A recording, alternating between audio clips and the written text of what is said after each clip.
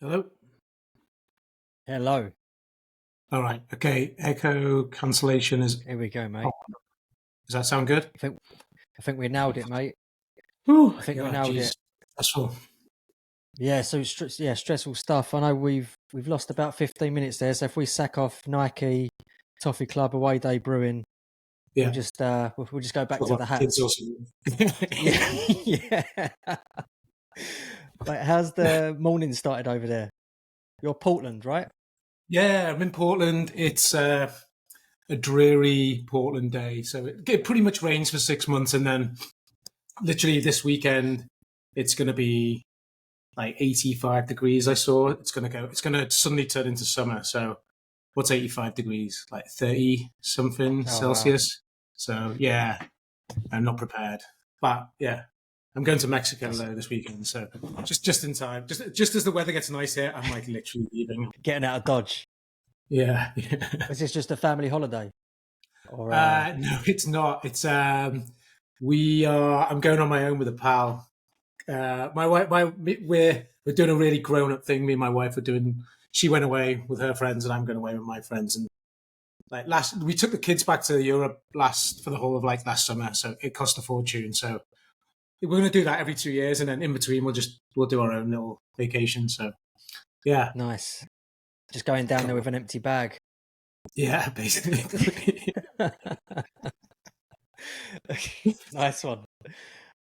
So yeah, just touching back on Everton, mate. So you're not happy at the minute. We don't really talk about football on here. It doesn't usually go that way, but I'm just curious because you are. So after what?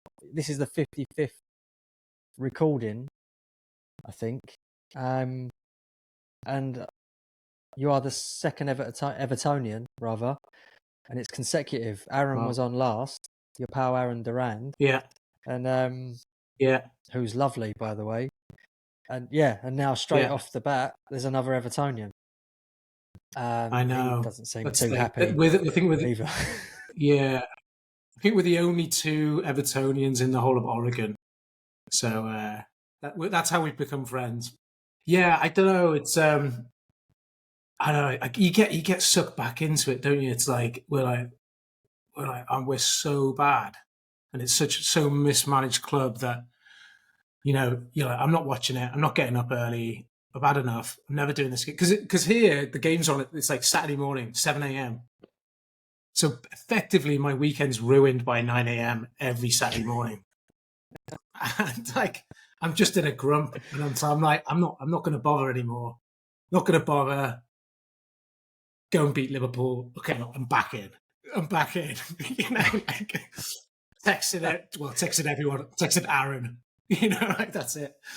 So Yeah, yeah, no, I I'm don't know. not too It's like dissimilar it's got as a West we've Ham got fan. a yeah, David Moyes. He's like, yeah, I mean, it's like be careful what you wish for, though. I mean, it's like mid-table obscurity is kind of appealing right now for Everton, but at least we've kind of managed to not whatever leave it to the last day of the season again.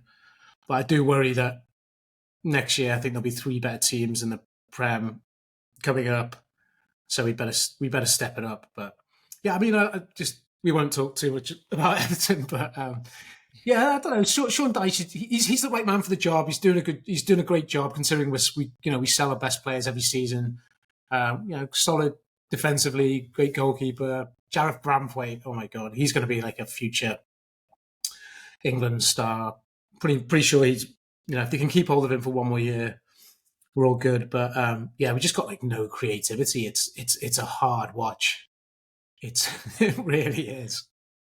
Yeah, yeah, yeah. I'm like you. I dip out, not because it's bad at West Ham at the moment. It's better than it's been for a long, long time. But I think it's just easy to kind of fall out of it a bit. It's just relentless game after game. It's everywhere, right? You just kind of need to switch off sometimes.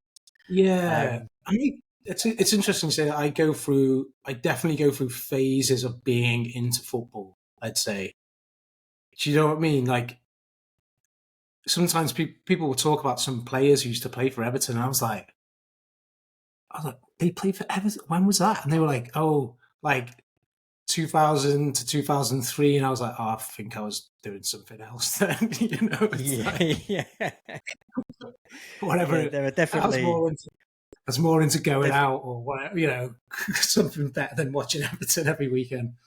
But I there's think definitely it's some blank spots. Definitely some blank yeah, spots in my knowledge of West Ham's performances and through my 20s and 30s, and but yeah. yeah. I tend to just like dropping in. There's an Adam Scott gif. I don't know if you know it, where the actor Adam Scott, he just turns around and winks. Have you seen the one? Yeah. I like to just drop that into a Spurs fan mate every now and again. Just stay out of the group chat. Don't buy it. Don't buy it. I know, like for I mean, I'm example, enjoying. Lanzini last minute equaliser. Drop in the wink gif. Sit back again. Watch them There all you go. argue amongst themselves. Yeah, that's kind of my entertainment for the season. You just sat there with with your finger on the button, ready to go. Yeah, Uh, please draw so I can yeah, drop the gif. yeah. I think I'm more. I don't know. It's gotten a bit. It's getting a bit. I feel like football's got a bit stale. And in watching, it's watching Manchester City. It is ridiculous. Like watching some of the football they play, but at the same time, there's no real. Doesn't feel like there's any jeopardy or any real excitement or any particularly interesting characters at the moment. And yeah, what was looking like an exciting league this year has just turned into a bit of a yeah. City will probably win it in the end. Who cares? Yeah. Yeah. Do you think that your previous roles, like so with Nike, for example, but then Mhm. your work with Toffee Club League, which we'll get onto, all that Yeah. kind of thing. Do you think because that shows the game in a different way, shows you the game in a different way, it impacts how you enjoy watching the game? Because you kind Yeah. of, there's a bit more of a sensory enjoyment through the hands-on stuff Yeah. and a Absolutely. detachment. Yeah, and definitely it was interesting. Like I wouldn't say it was like the reason why we set up the Toffee Club and the Toffee League and all those more grassroots focused football um, community or businesses. But there was definitely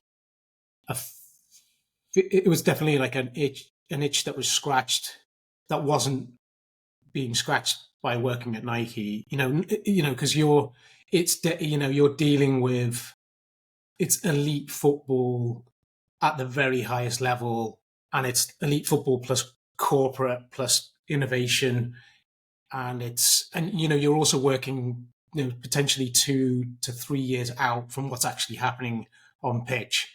So it could, and so despite being in football all the time and working on everything from whether it's like Barcelona or England all the way down to like team sport product that every kid and family wears on at playing rec football at the weekends.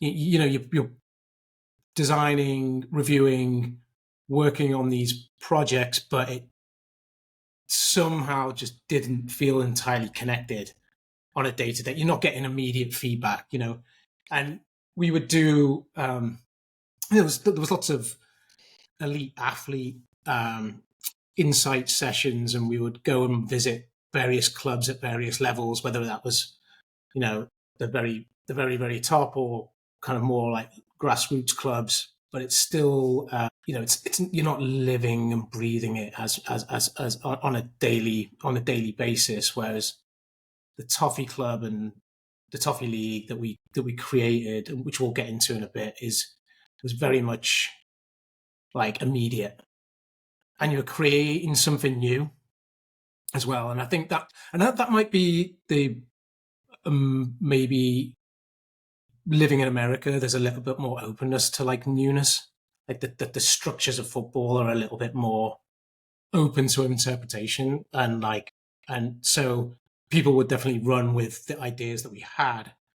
And because some of the ideas that we wanted that I really wanted to do at Nike, it's just really hard to like get it through the pipeline in a corporation that's so big with so many layers, and then you've got to deal with like clubs or federations and chairmen and managers and kit men and all that stuff. It gets really, really complicated. But when you're doing it yourself on a grassroots level, you can do whatever you want. It's like shackles are off. Does that kind of,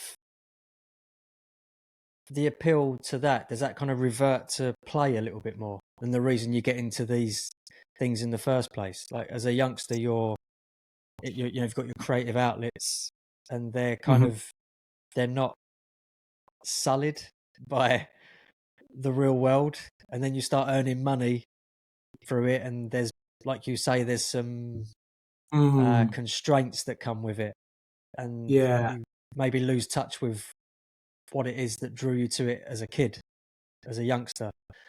And then when you start Toffee League, for example, and Toffee Club, and I can just do this for doing its sake again. Yeah, and I think that's one of the things I like to do in life or in business is, just do it for the sake of doing it. Like if you don't wait for someone else to do the thing that you've got an idea in your head, or you think, oh, football should be like this, or wouldn't it be fun if we did that? Don't wait around for someone else to do it, because no one's going to do it. You've got to do it yourself. And so and then people will follow. At first people think, oh, well, this Pete's got another crazy idea, or like, what's all this about, or whatever. But if it's a little bit like if you build it, they will come kind of philosophy, I think, with that stuff. And sometimes it's like, it's just things that are in your head that you're like, well, what if the football actually wasn't the main thing about. So for Toffee League, for example, it's like, this is basically a massive hangout. This is like a social thing built around football. Like football is the vehicle that is going to allow all these people to meet each other, get together, have a good time, and express their creativity. And you're using football as a vehicle to kind of like make that happen. So I think I don't know if that answered your question, but like I think it is about just kind of like doing it basically, and hoping that other people will get on board. They're just doing it. It sounds like the brand message was hammered into you after several years at Nike. They drummed it into you every day walking into the office. Yeah, maybe I will just do it, actually. Yeah, exactly. So, but sticking with that on a more serious note, though, going back to what you said about just kind of doing it, just getting started. If you've got an idea, just get on with it. Don't wait for someone else to do it. Is that an attitude that you've that is naturally a part of your character makeup, or is that something that you've maybe inherited through being in a culture that is very much geared that way in the States? Yeah, I think it might be a bit of both, but I mean, Portland is like an easy city to, I think, build stuff. It's kind of like big enough that there's enough people to engage with, but it's not too big that it's overwhelming. So like, I think if I lived in London for 7 years, and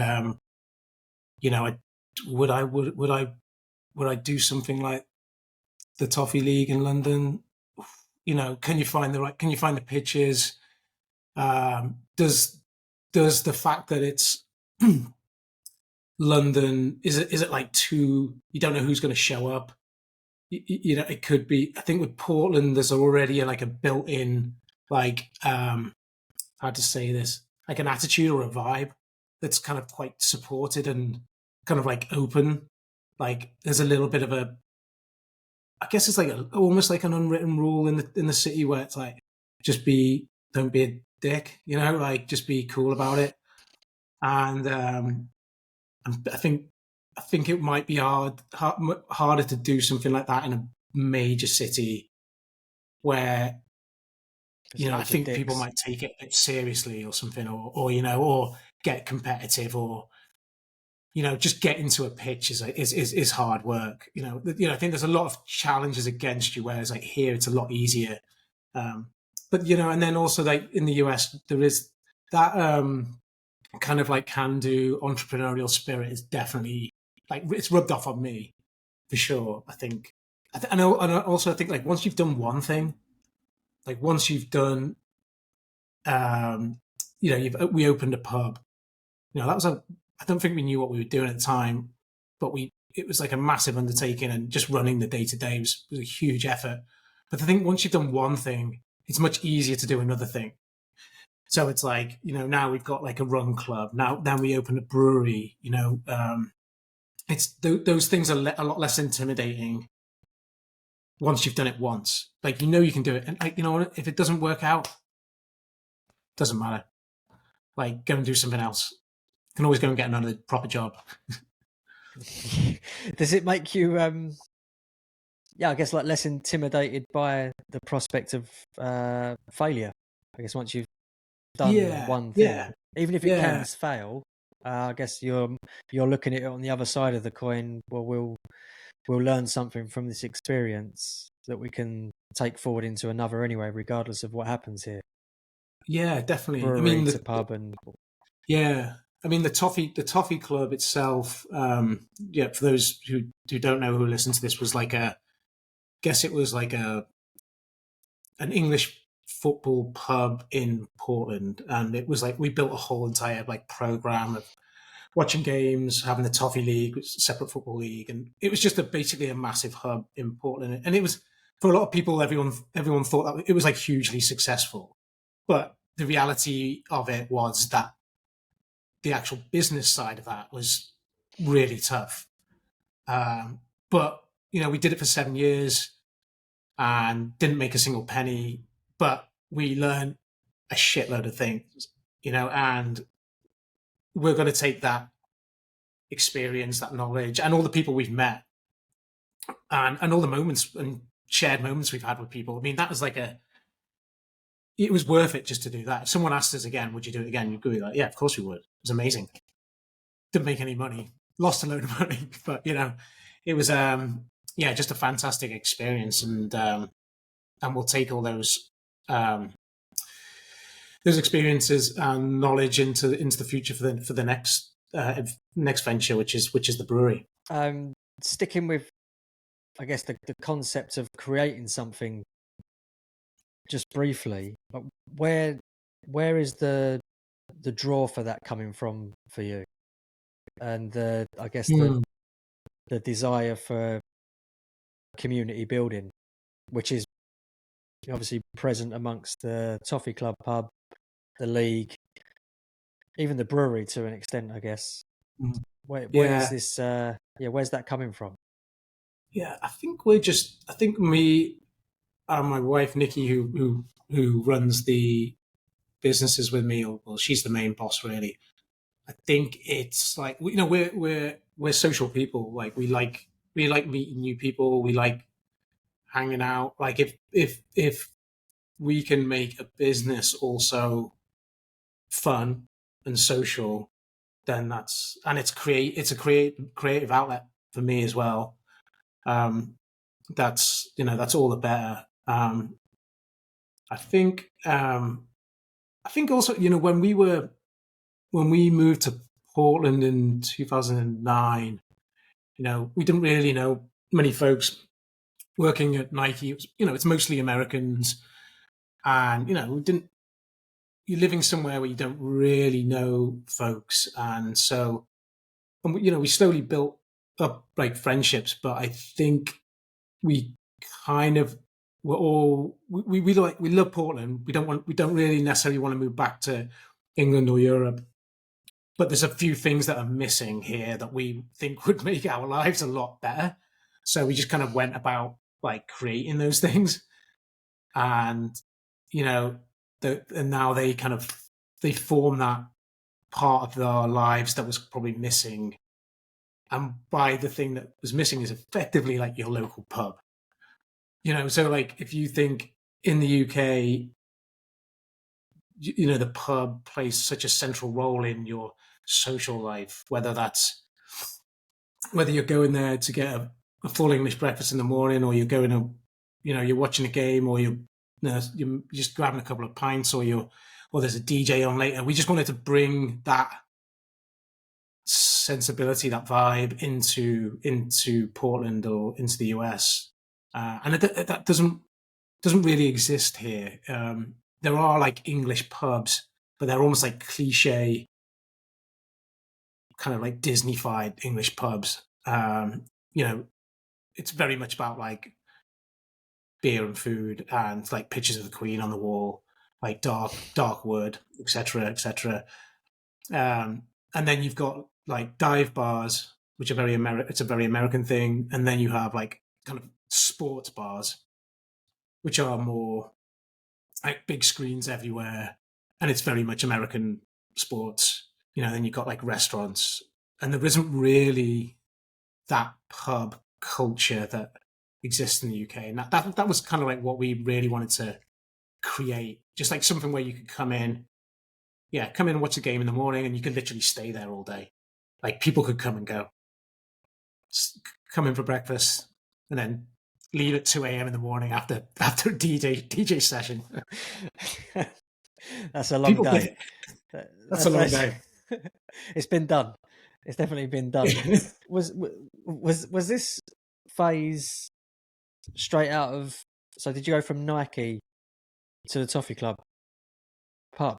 No, Was that? I was doing. I was still at Nike when we were running the Toffee Club. So my wife Nikki and my brother Jack were basically running the pub, and we had like a kitchen manager as well.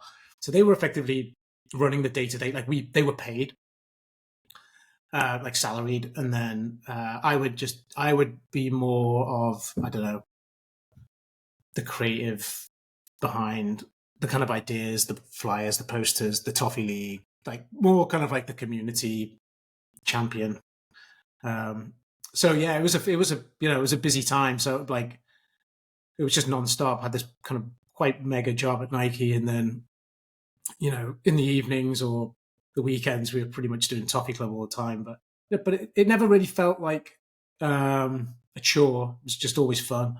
Yeah. So you mentioned your role at Nike there as a mega job. Were these aspects outside of it acting as some kind of like recharge for you, like a switch off, even though it's more activity? Was that kind of offering a bit of balance? Yeah, probably. Yeah, I think it's just like more of a reality, like working and socializing, speaking to regular day customers. Like you can get caught up in the Nike, they call it the burn. So it's like within the campus. You are, because you're just talking to other people who work at Nike all day, and so you have like a slightly skewed, maybe not vision of the world, but your get definitely like business decisions and like how you see things are maybe a little bit skewed. It was interesting. Working. You're working with colleagues at Nike who are well paid. An international group of folks who are all clad in wearing the same gear every day.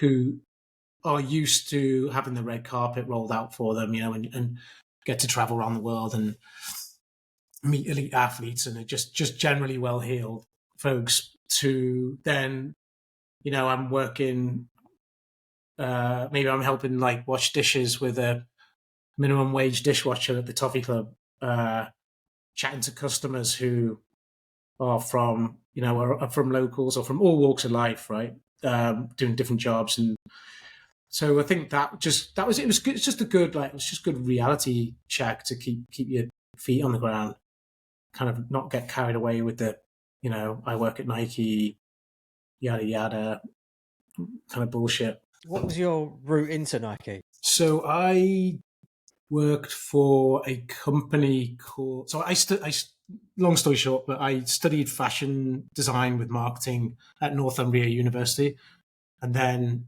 went down to London, did work for Top Shop and Top Man for a year, Then joined as a assistant designer. Then I joined a company called Box Fresh.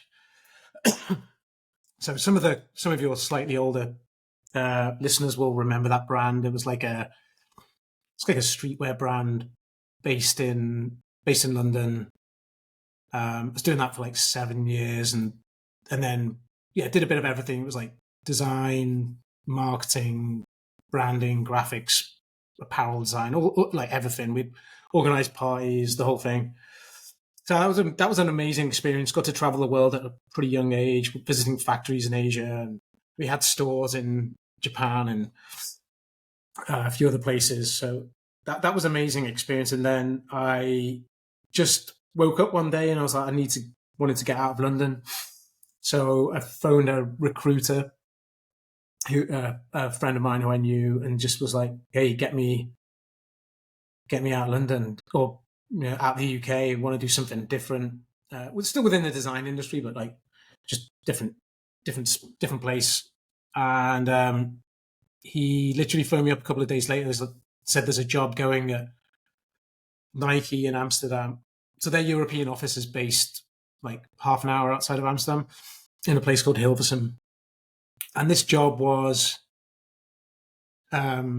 basically to design apparel collections for the UK market. So back then, Nike wasn't really doing much lifestyle product, not specific lifestyle product.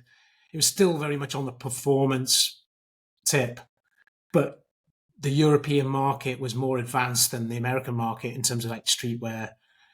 So I was designing like, they called them SMUs, like special makeups. So it was like Air Max collection, the Tuned Air collection, Nike Air collection. It was all these like basically SMU specific collections for like UK retailers. So I was bouncing between Manchester and Amsterdam to go and see like JD Sports and Foot Locker and all these guys. So that was kind of like my way into Nike. I did that for a couple of years. So basically, I was designing tracksuits for Scallies for Nike for a couple of years. That was the job. They were like, "You're the man who can do this, Pete." So yeah. Anyway, that was fun. There's only so many ways you can. There's only so many different polyester fabrics out there, and reflective Nike Air Max graphics you can do. So anyway, 2009, economy crashes, big massive reorg at Nike. Excuse me. And then they basically said, "We want you to come over to the States and be part of the new NSW team." So it's Nike Sportswear. So they were basically reorging the company, and part of that strategy was to get after a more lifestyle approach. So, long story short, got married, got on a plane, got a visa, arrived in Portland, and then designed like Nike sportswear apparel products for whatever was it, 5 or so years, and then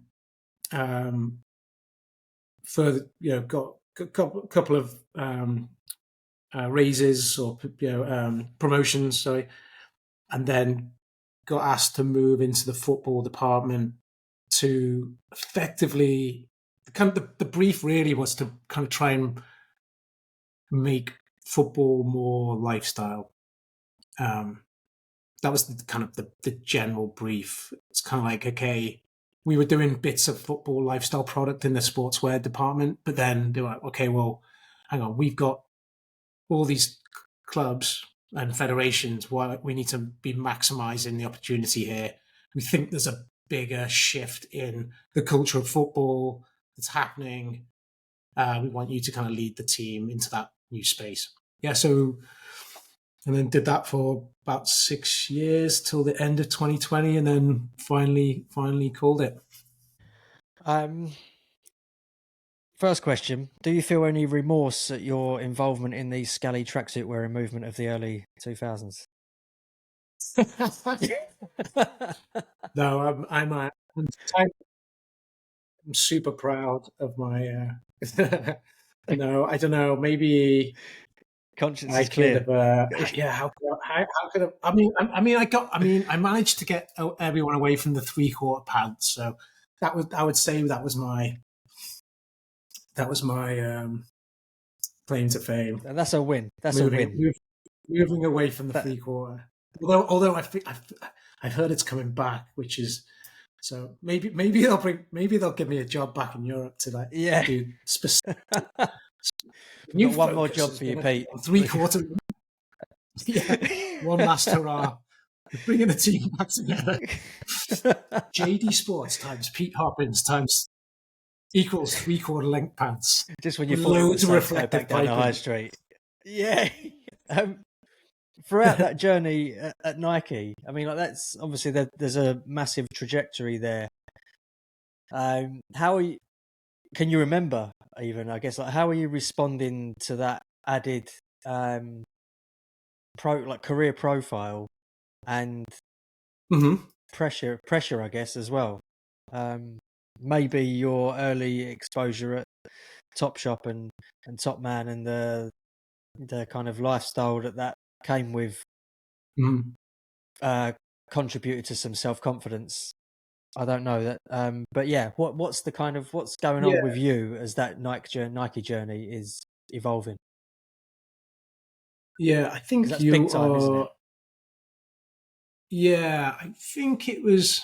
Yeah, coming in. It was interesting because I think I'd had like a lot of experience um, in the kind of the world of whatever sportswear. A lot more experience than a lot of other people at an earlier age. So by the time I joined Nike when I was like in my mid 20s, I'd already done a lot of factory visits. I worked on like multiple different product types by being in a small team. So I kind of had a little bit more uh, experience than a lot of other people, maybe at a similar age. I think also coming from the UK and working when I had that time in Nike as well, working on really closely with retailers like JD Sports and Foot Locker, and just being having lived in London, being from the northwest of England, and I studied in Newcastle. You have to use your experience and intuition and knowledge that you've gathered, and just general like consumer insights to make decisions in the workplace. A lot of my other counterparts maybe didn't have that knowledge. They've come from Ohio State University and worked at Abercrombie and then got a job at Nike, and that's their world. That does give you a lot of confidence, but also it could get frustrating as well because at Nike sometimes a lot of the time you have to like present the reasons why you're making a decision, and that could just be as basic as like, why are we doing a 3/4 length pant? I'm like, well, that's what all the kids are wearing. We should be doing that. And they're like, well, we don't see the data. And I'm like, yeah, but I just I know they are. I just see it, but you can't really do that. You have to then build a almost like business plan around why you've made a decision to do a certain you want to do a certain product or a certain direction. So I mean that was definitely a big learning curve. But I think that's a part of not just part of Nike. I think that's part of American corporate culture as well. Is that you've got to present reasoning and present your findings and to the group. Whereas I think in the UK, if you're working for a small brand, you just do it because that's what you think you should be doing. It's just intuition. It's just what you believe in. Whereas you've got to back it up. I think at Nike, so that was definitely like a big early learning curve.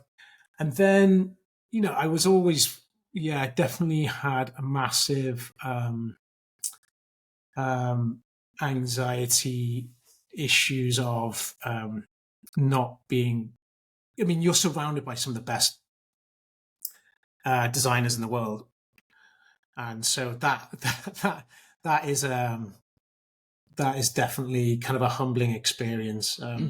Also, like presenting your ideas, I've never been a great presenter, and I don't think that's something that you grow up with in the UK. Just that culture of presenting your ideas.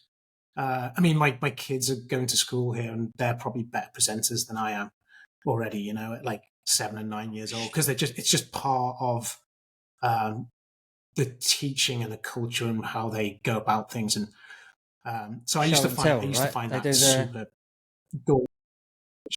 Yeah, yeah. Show and tell. I know this just from TV. So yeah, that was yeah, that was definitely something that could have held me back for sure. Just not being super comfortable, but then they'll take you on. Nike are good at like training, so I did a bunch of media training. Some of the bigger events that we did for product launches, you get kind of like coached in how to like present your ideas. If you get any tricky questions from press and stuff like that, like how to like navigate those questions into different answers or the story that you want to tell or Nike wants to tell. But I think that it was a pretty sharp trajectory in terms of like a career path, going from like kind of junior designer in Europe to like a senior designer in Nike Sportswear to then design director in global football. And it was on paper it was the best job in the world, but I kind of think the reality of the job really is it gets there's just a lot of time spent in meetings basically, and I think talking to each other constantly rather than just doing what we think we should be doing. I think there's in dealing with people who don't really know about the sport or don't really understand the culture, they're just kind of like corporate yes people. I think that starts to like grind you down, and to the point where I had those things going on outside of work which were like creative outlets and more connected into the actual culture. But I think eventually it kind of like I got to a point where I'm like, I can't really go any higher than this role, and I don't really want to go any higher because all it is just more bullshit. You might get paid more money, but you just having to deal with more pressure. Yeah, and you're stepping further and further away from, going back to what we said earlier on, you're stepping further and further away from why you got into this in the first place, right? Neil Jameson, who I started the magazine with, and some people, the Sporting Press, he got to a point in his career where he was creative director at ESPN, and at that point, all he was doing was managing people and completely hands off in terms of his own creative outlet.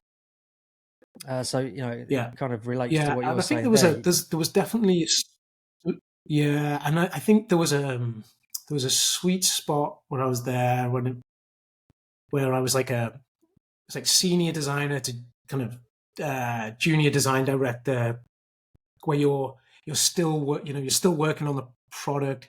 You maybe got a small team. It's like it's focused, it's creative, but you've got like you've got the experience, you've got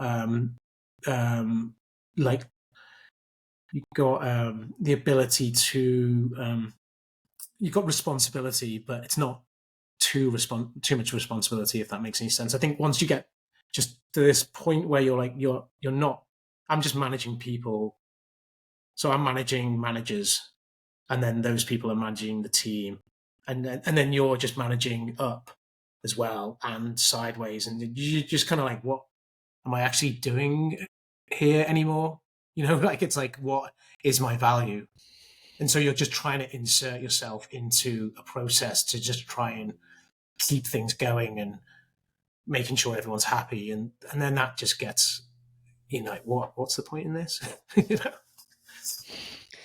you used the words, what is my value there? And was landing on that question the kind of catalyst for you to make a change when you didn't really know what that was, what you were bringing to that process anymore? Yeah, I think so. Also, it's almost like a little bit time to give someone else a go as well. But it's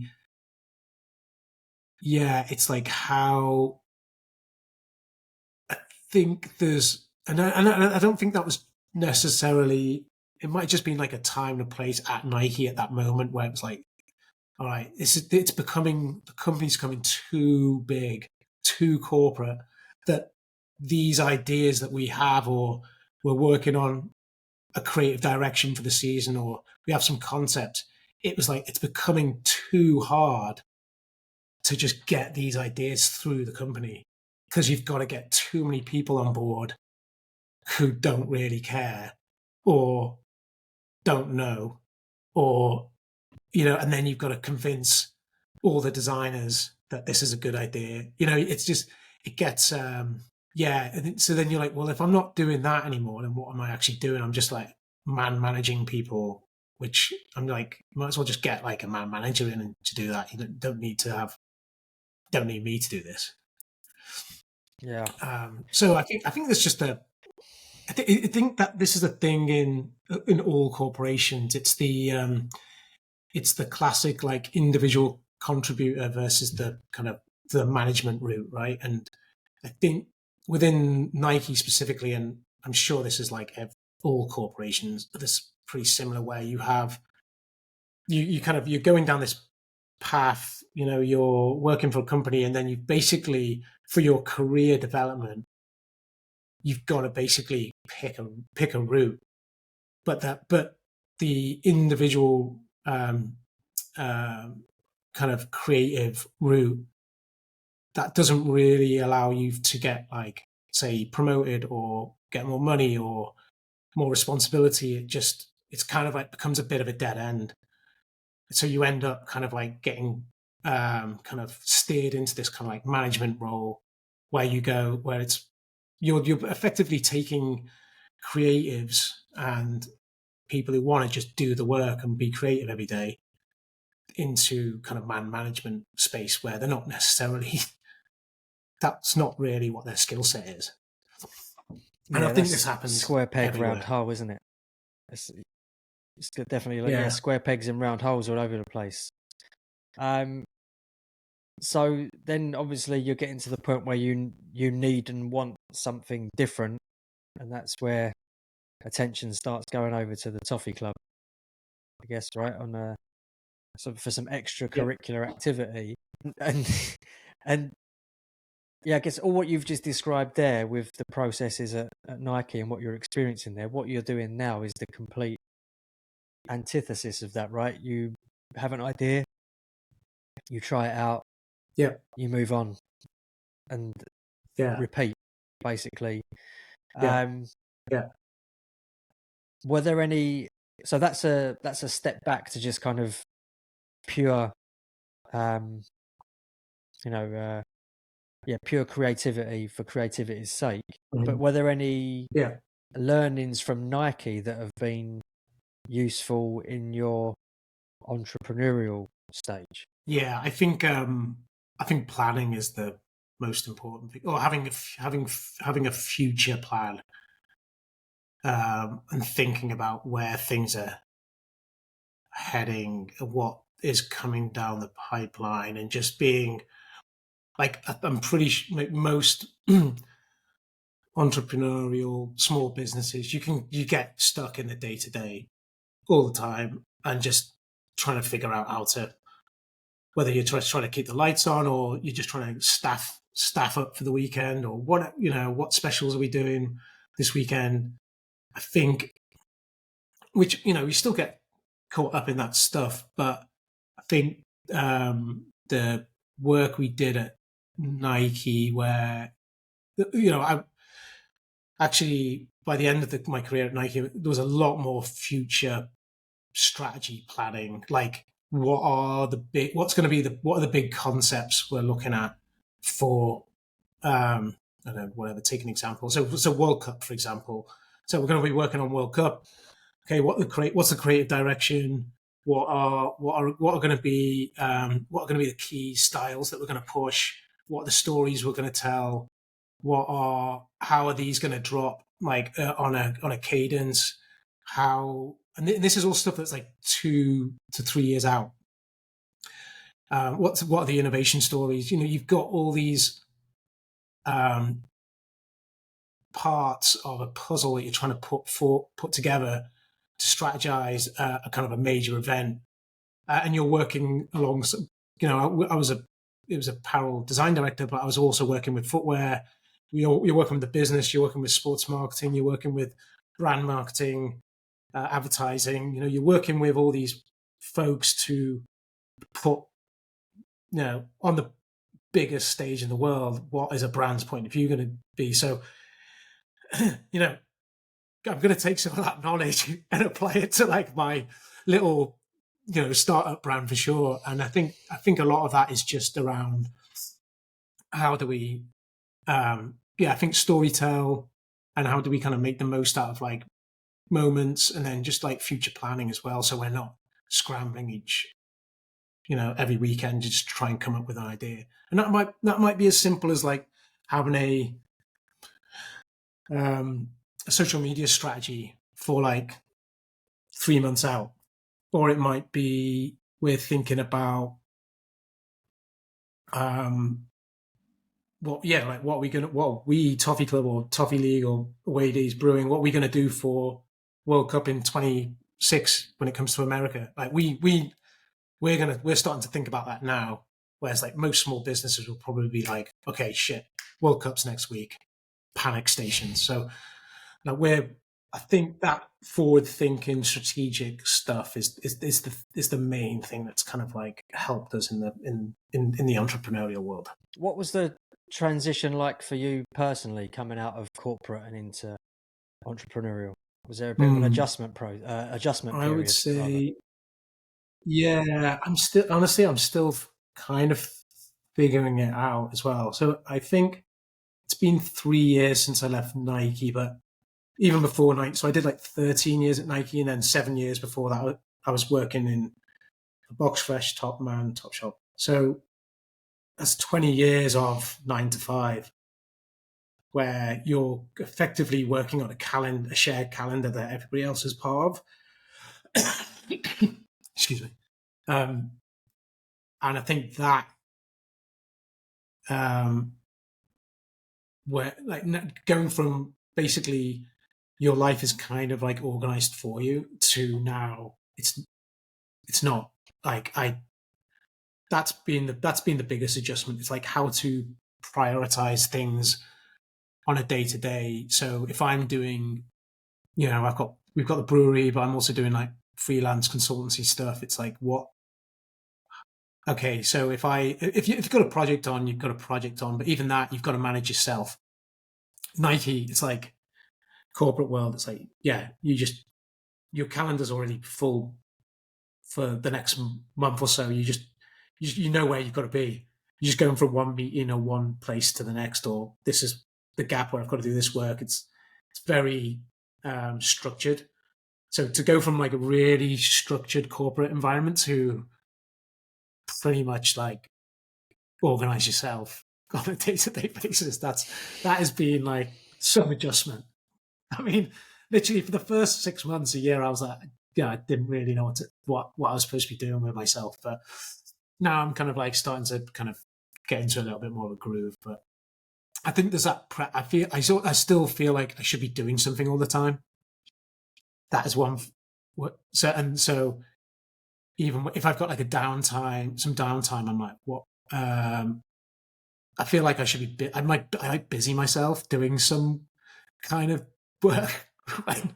No, I should be just taking that time off, and then So that's like a guilt at not being busy. Is that? Oh, totally. I'm like, what? Yeah, what should I be doing now? Should I be like learning new skills? Should I be updating the website? All right, do a newsletter, do an Instagram post, whatever. I'm just trying to. All I'm doing is busying myself rather than what I really should be doing is like chilling out, taking some time off, whatever it is, go and play golf, do something chill, and then structure your week when you're actually busy to do the work. So that's been an adjustment for sure. Are there benefits to this path versus the 9 to 5 as a father? I know you've got multiple plates spinning. You've got a 7 and a 9-year-old. And yeah, have you noticed any benefits to not being tied to the office for X amount of hours a week in terms of time with family, not missing moments, that kind of thing? Yeah, I've got way more time. Yeah, I've got way more time for the family and kids now. So I mean, that has been like the number one benefit of moving to like a freelance kind of entrepreneurial kind of lifestyle. So I mean, I can take my kids and pick my kids up from school every day. That we've got, but then you've also got some issues where, like, we work quite a lot at the weekends, so we've got to like drag the kids down to the brewery, or so you're not.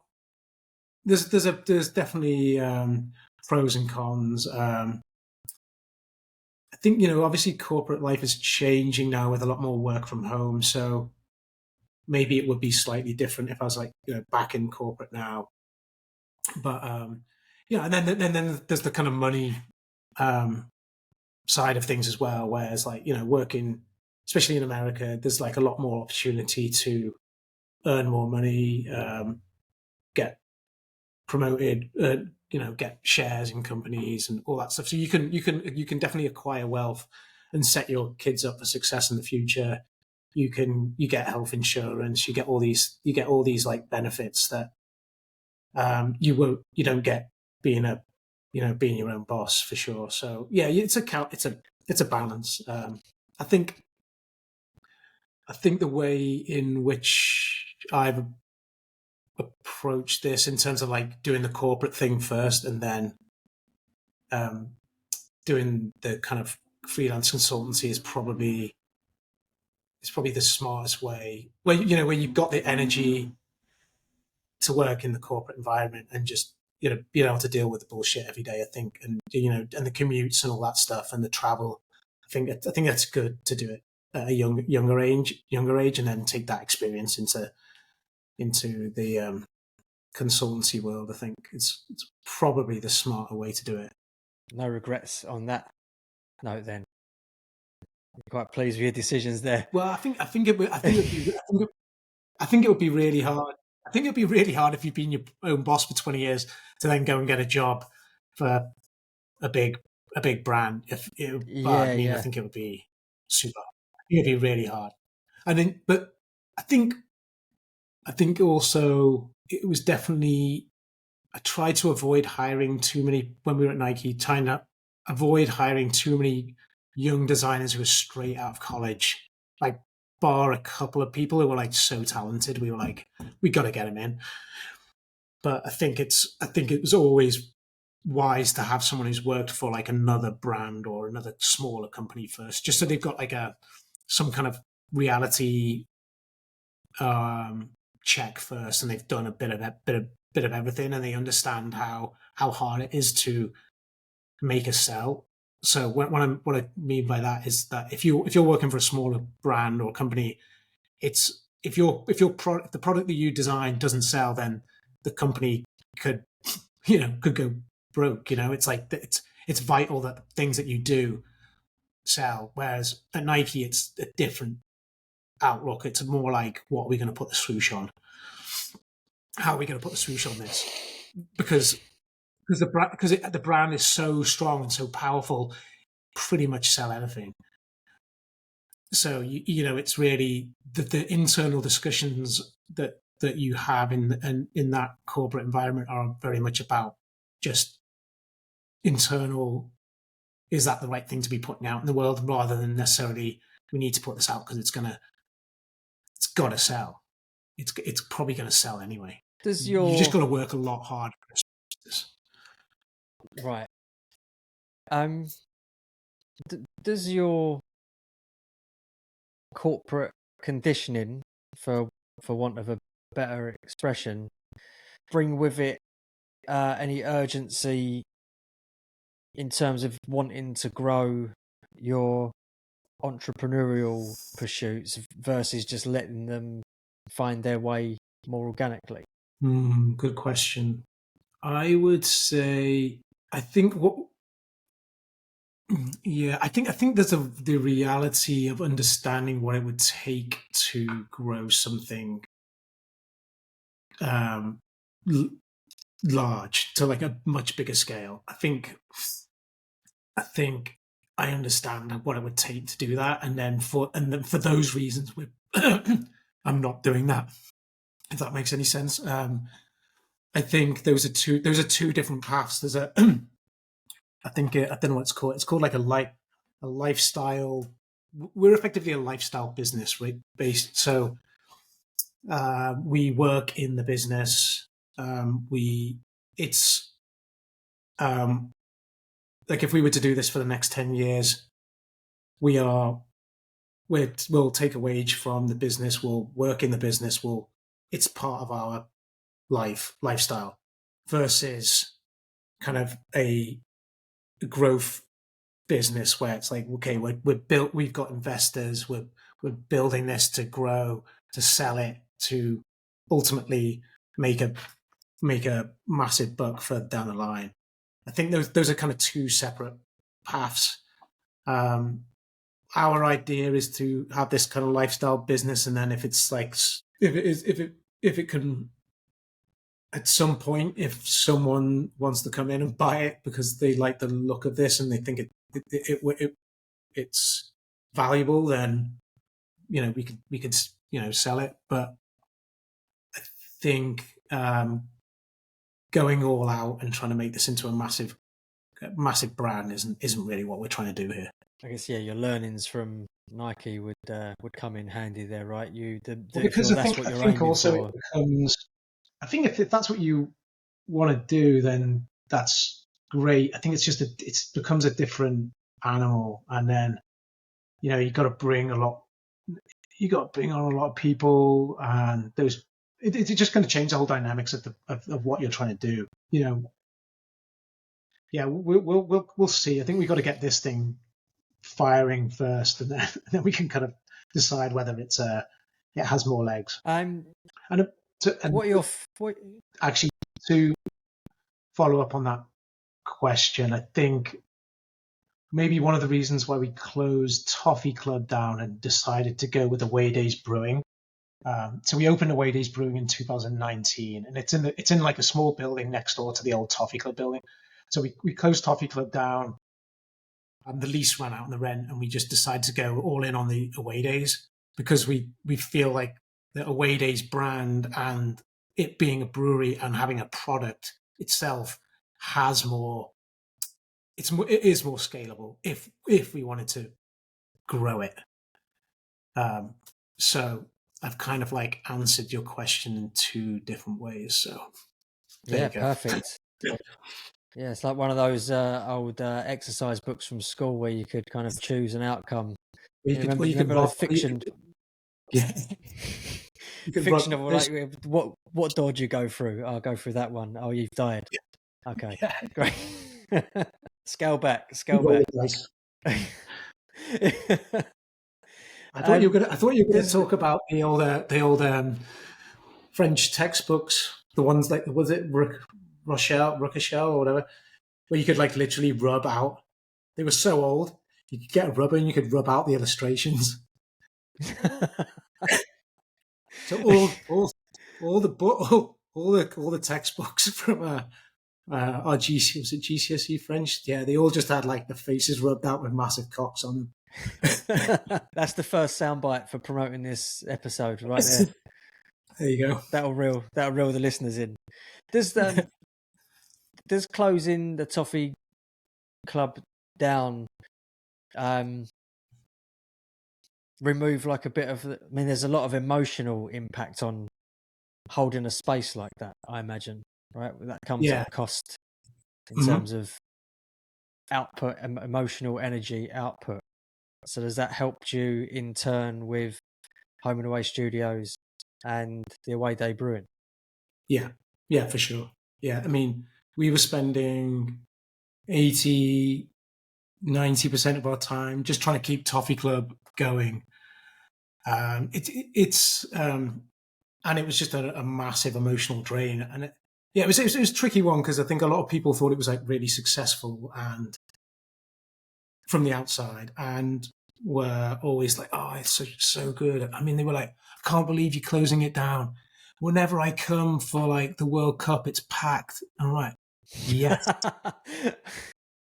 because That's everybody else comes at that same time. I'm like, Tuesday afternoon, where are you? You know, like, so yeah, it was a kind of big relief, really, and I think it was a kind of chapter in our lives that we just kind of like will be super proud of, and we are now, and we will be in the future. And it was, yeah, it was kind of like it was the right decision. I think if it was in a different, it's all about location as well. At the end of the day, I mean, honestly, if it was in a different location, in Portland or in another city, it probably would have been a lot more successful. But it was in kind of like an industrial area in Portland, and that since the pandemic, that area has kind of gone downhill. Would be a polite way to say it, but it's just not. I don't know how much you and your listeners are aware of like what's happening in like the West Coast and a lot of major cities in the US. There's a huge homeless and synthetic drug um, problem going on the streets of a lot of major cities, and Portland's faced a huge a huge issue that hasn't been fixed yet. And so and then part of what that entails is that area where the Toffee Club is kind of like, I wouldn't say it's not a no-go area, but it's like people aren't hanging out in that area anymore. So it was just kind of like time to move on. Um, and then it was, yeah, just we had a lot of staff there, so you're dealing with like a lot of people's emotions all the time, and just our emotions.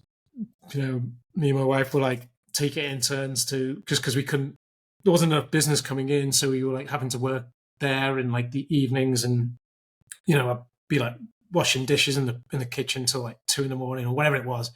And it just wasn't sustainable. So we knew that when the lease ran out, we wouldn't be renewing it. So, and also like the cost of goods, the cost of labor. Restaurants are a fine margin anyway, and that's what it was. At the end of the day, it was a restaurant.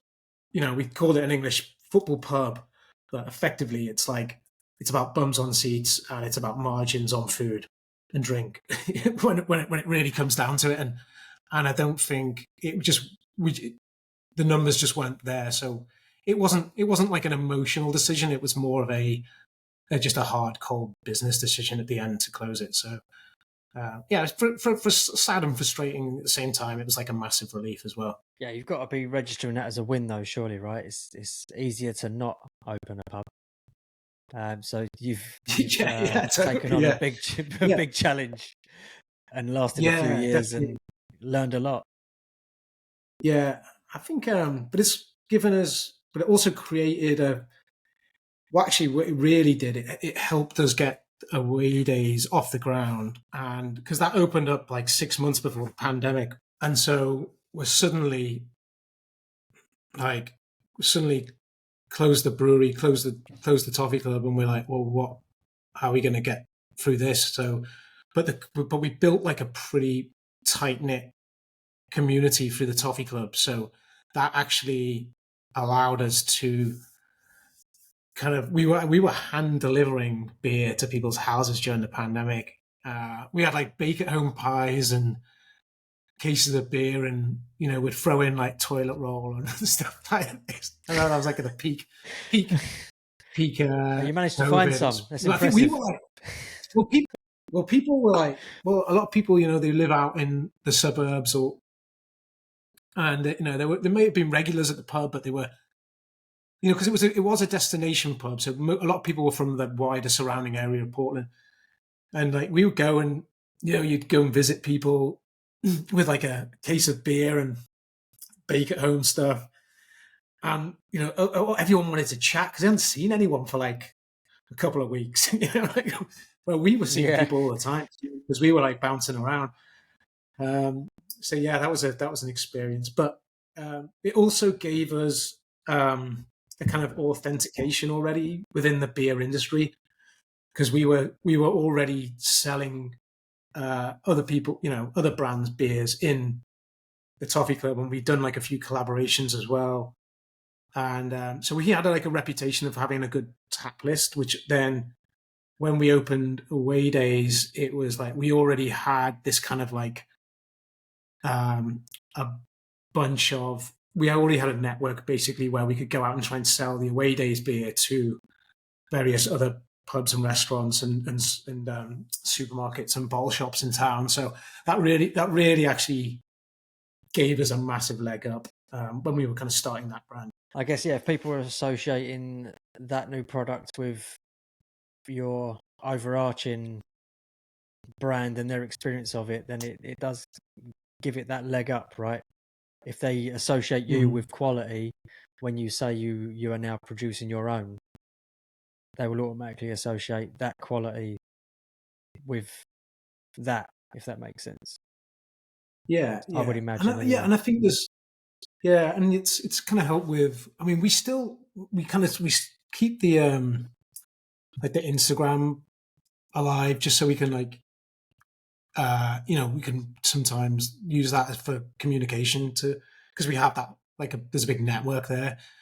So like if we're doing like a World Cup viewing party, or we're starting a new football team, or whatever it is we're doing through away days, we'll like use the Toffee Club kind of network to kind of get the word out.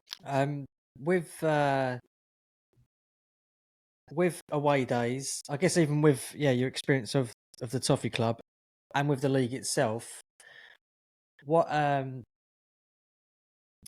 guess the question is, do you look at yourself do you ever look at your impact on your adopted city and reflect on what you've achieved there, what you've built, and what that's given people? You can't really measure what it's given people accurately because it's impossible to know how many people that's impacted in a positive way, right? But do you ever sit on that and think, oh well, I came to this country with my wife for a job, an office job, essentially. I know it's not just any office job, but essentially you're in a company, but you've, off the back of that, created communities that have given people a sense of home and connection that now has grown and exists beyond you, right? So you shut all this down tomorrow. Those connections that have been made through your pursuits will exist beyond it, which is quite a wonderful thing, right? There's a legacy to that. Do you ever reflect on that? Yeah, I think that's what we're trying to do, really, is create that like that. I mean the word community gets bounded around all the time, but it is creating a community that maybe that didn't exist before, and now we're trying to, and there's lots of different groups within that community as well. So you had that kind of like, I think when we had the Toffee Club, maybe there was this bigger, wider Toffee Club community, and then there was the kind of league within that. Then there's the kind of like Anglophiles, like so there's like the English expats and the wannabe English people in Portland. The people who are into like certain music as well. I think that all gravitated around the Toffee Club, and I think actually when we closed the Toffee Club, that a lot of that died away, but then has re-emerged within parts of away days and also people's own groups now. Do you know what I mean? They've made their own friendships and connections that will kind of live forever. I mean, people got married in the Toffee Club. There's people who have, lots of relationships that have got forged through. I mean, the Toffee League was basically just a massive hookup. So there's like all these things that we created that we do reflect on, and are super. That's the thing that we're most proud of, for sure. It's like is creating those friendships and scenes within scenes, and if you look back on, if we move back to the UK tomorrow or in 10 years, it's like, yeah, we did this thing. We did all the things we did. That was amazing. And we could talk about them forever. And we have all these connections all around the world from people who lived in Portland or follow us from afar. And you can, and it's really weird. Like, just to jump back on that whole, doing this thing versus Nike, that was like, is like, you're literally creating a product that 1 million people might wear, but there's no real connection. Whereas like this thing that we're doing here, that's so on such a micro level, but it feels way more satisfying as a human being to create something that's has a deeper meaning with folks. And we're really looking forward to, actually, we're in the process of expanding away days and into a couple of different neighborhoods.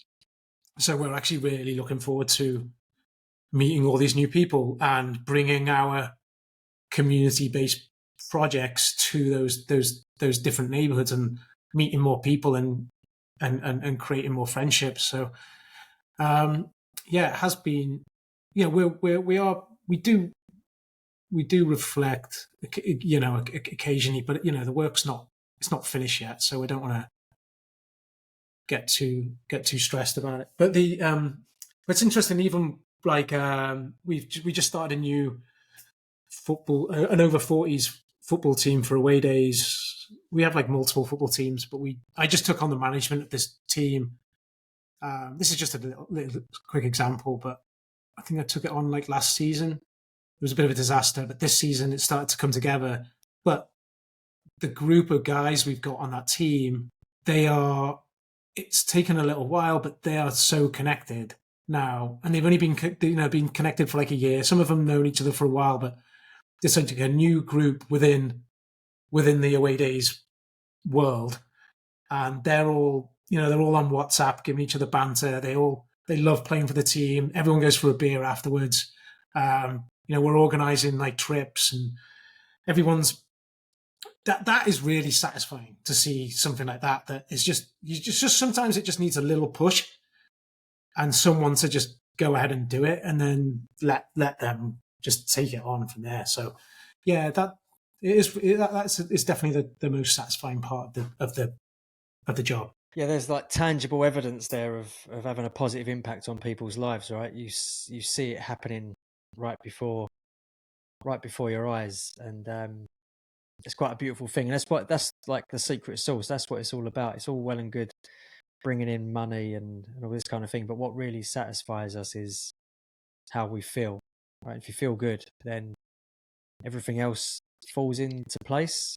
And these platforms that you're providing people, we're giving them an opportunity to meet and connect, and that's ultimately what we're all looking for.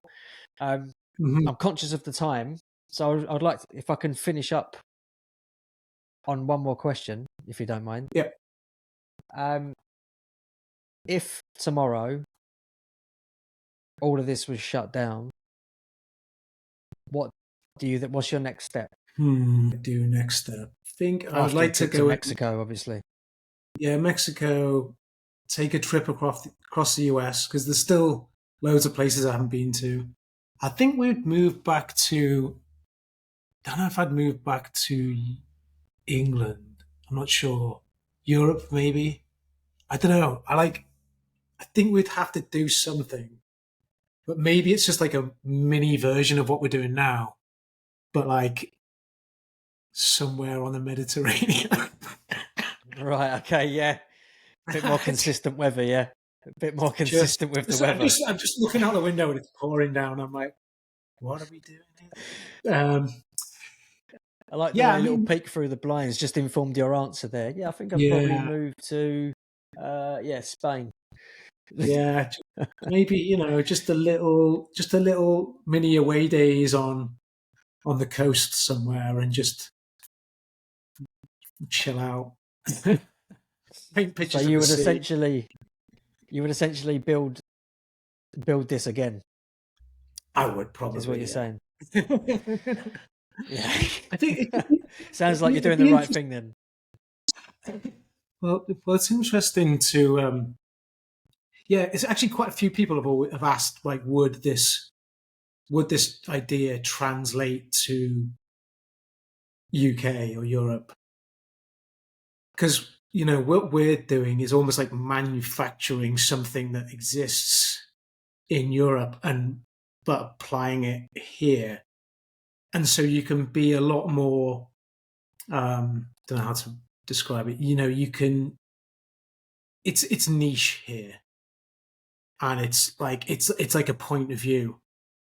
Whereas if you did away days in England, well, away days already comes with the phrase away days comes with a lot more cultural baggage in the UK. So for a start, that probably isn't going to fly. But then, a football brewery is that almost like too cheesy? It's like people don't wear football. They don't wear t-shirts wearing "I love football" or like a football away days on a t-shirt. They wear Stone Island or they wear whatever they'll wear a look. But then they'll go to a pub that will show football. It doesn't mean it has the pub doesn't have to be football. It doesn't have to be like it doesn't have to be Yeah, yeah. obvious. I think that subtleties definitely doesn't exist in the US. Um, so you do have to be a little bit more obvious, but even then, we still try and make some of our like our stories and our branding kind of like a bit more subtle, a bit more cheeky, and a bit more of a nod. So it still remains authentically English or European, but yeah, I wonder if it would. Maybe we'd have to open up a an American football pub brewery, and it would be. Yeah. And I think you would that would be It's successful. reverse I mean? colonization. Yeah, It's totally. a bit reverse colon. Yeah. It'd be like, yeah, I think, yeah, it's really interesting that kind of like that idea.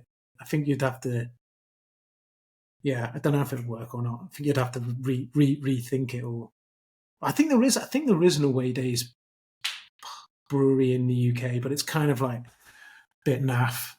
You have to look it up. Yeah, maybe let Yeah, somebody else explore that one. Go maybe I'll against just your ethos of getting it done, and let somebody else explore the American football angle.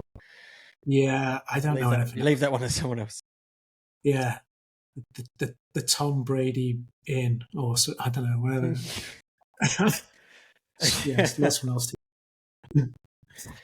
There's a Mate, really good there's a really interesting thing happening in there's a you should check it out. There's a baseball team in Portland called the Pickles, and the Portland Pickles, and they're kind of like a grassroots baseball club, and the whole it's like 4,000 ish people stadium is in a public field, and they've just created this whole vibe. I think there's another one called Savannah Bananas, I think in Savannah, and they're kind of like taking sport and the culture and creating this whole like grassroots experience, a little bit like Dulwich Hamlet, but like vibes, like total fun. Right. And I think that would be a really interesting um, thing to take from here into the UK, like that, just taking a football team, but then just just doing everything completely for just the fun of it, because football, it's just so serious. And I really appreciate your time in what is your morning. Thank you, mate. I really enjoyed that chat and learning more about your unconventional route into pub ownership, brewery ownership. I don't think many go via the route of a kind of a head, a design director at Nike before Yeah, opening up a pub. yeah, totally random. I'm sure anyone listening when this goes out will be really interested to hear not only about your career in that field, but the creative opportunities that can come with stepping away from it and pursuing an entrepreneurial route. So yeah, cheers, mate. Appreciate it. Yeah, cheers, Joe. Take care. Nice one. Take it easy. Enjoy your day. Yeah, we'll do. You too. Bye bye.